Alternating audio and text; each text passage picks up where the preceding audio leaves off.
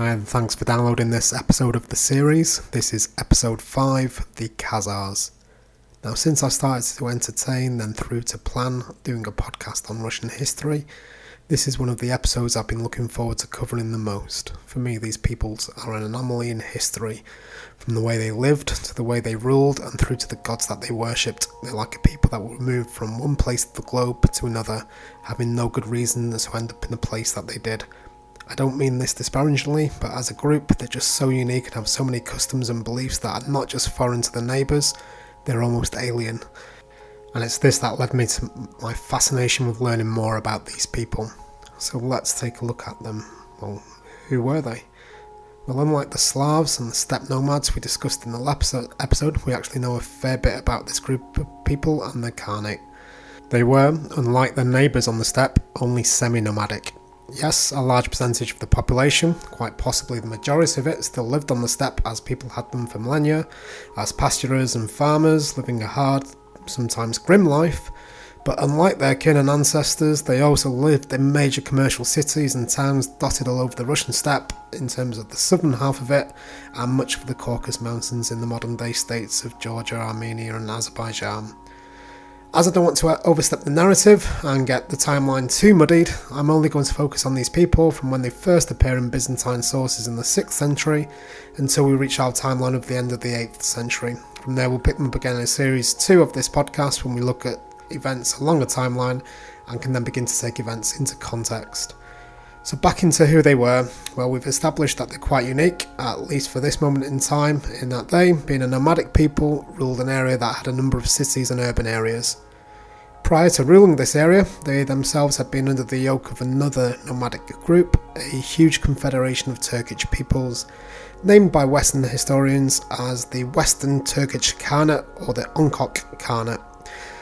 These peoples ruled the steppes from modern-day Mongolia all the way to the Caspian. This was as the Turkic Khanate, before eventually splitting into two, the Western Turkic Khanate and the Eastern Turkic Khanate, when the Tang dynasty won major victory after major victory against them. Now this caused significant political upheaval, eventually leading to a civil war. And it's here that the Khazars saw their chance and took it, striking out and claiming, and then eventually holding and defending their independence.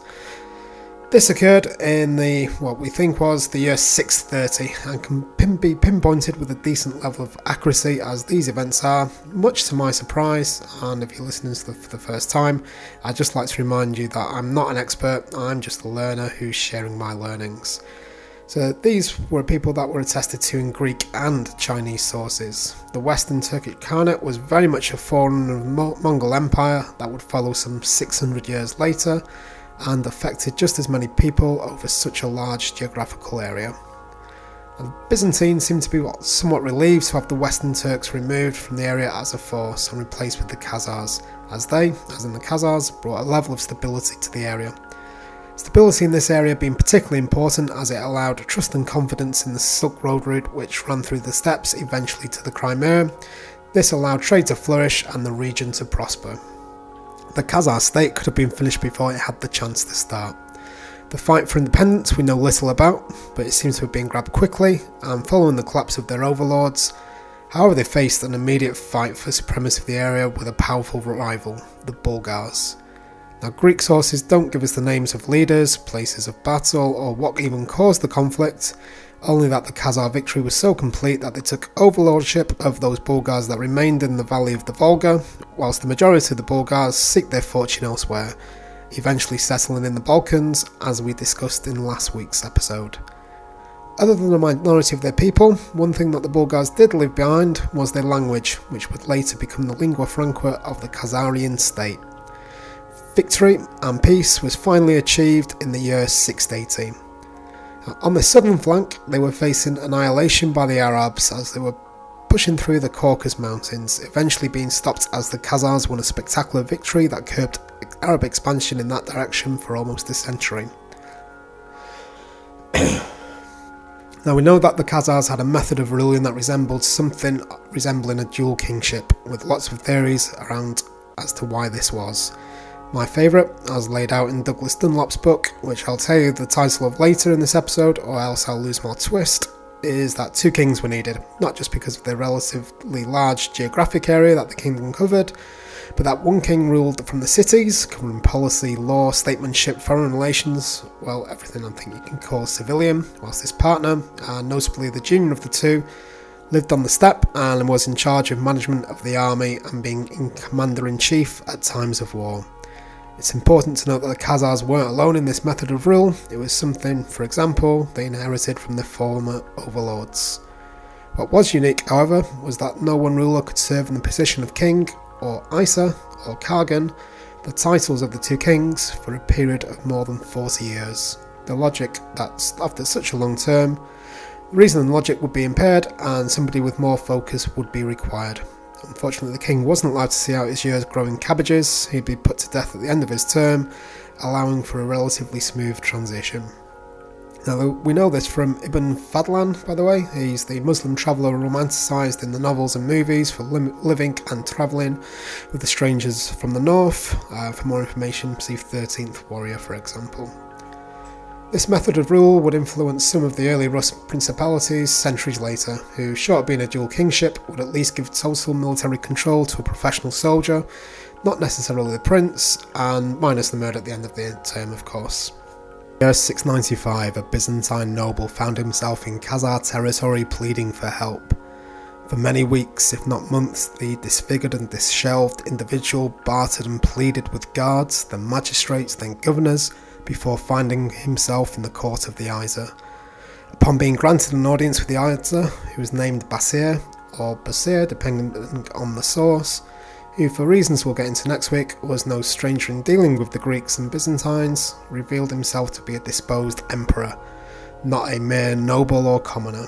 He was Justinian II, who on losing his throne in an internal power struggle in Constantinople, was now seeking allies and support to allow him to defeat the usurper and reclaim his empire. Basir agreed, no doubt on the promises of riches, and even offered his daughter's hand in marriage. His daughter, who changed her name to Theodora following the marriage, appeared to be genuinely in love with her new Greek husband, despite the mutilation to his face, which some sources say his nose was slit, whilst others say it was removed altogether.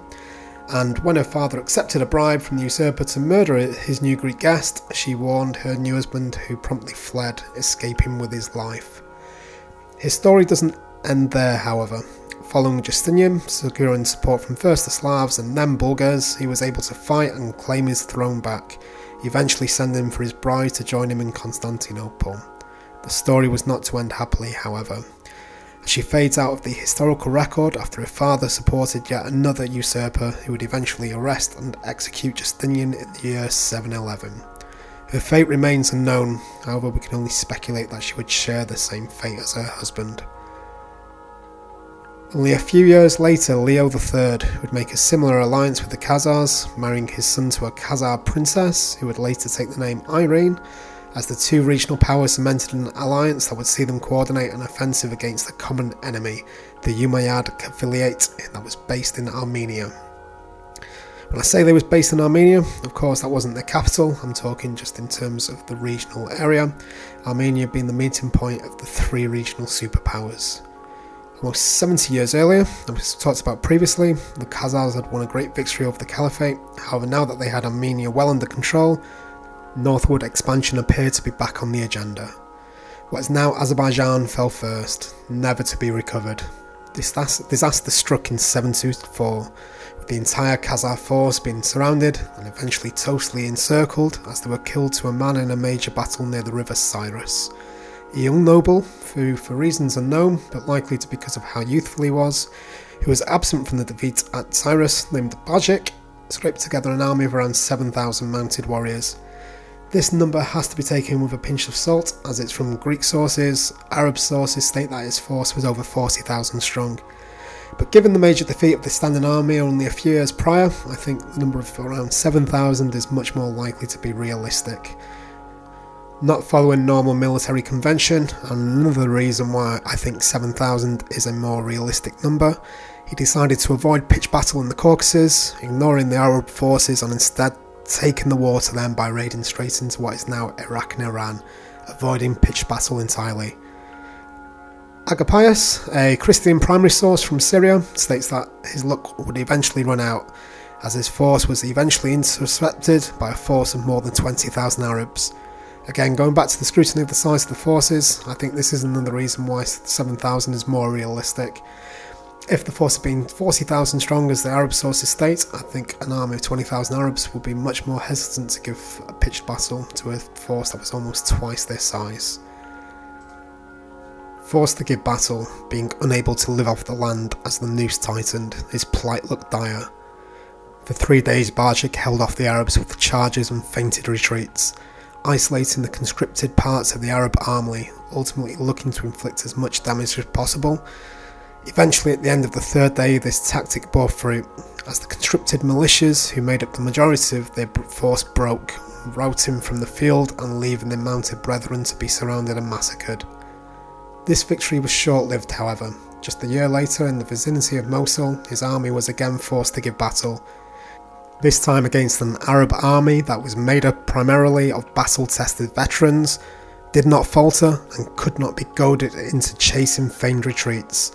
They had the professionalism to claim a tactical victory, in so that they were able to kill Bajik, who was leading a rearguard defence with a number of his retinue, that likely only numbered into the hundreds, allowing the majority of the Khazar force to flee back to the north of the Caucasus and safety. Despite Bajik's sacrifice, the Arabs were able to win, and win decisively in the following years north of the Caucasus, imposing not only overlordship of the territory, but also forcing the ruling and elite class of the Khazars to convert to Islam. This would not last. Within months of the truce and the end of the Khazar involvement in the war, it was evident that the Caliphate had neither the means nor the will to rule over their new subjects.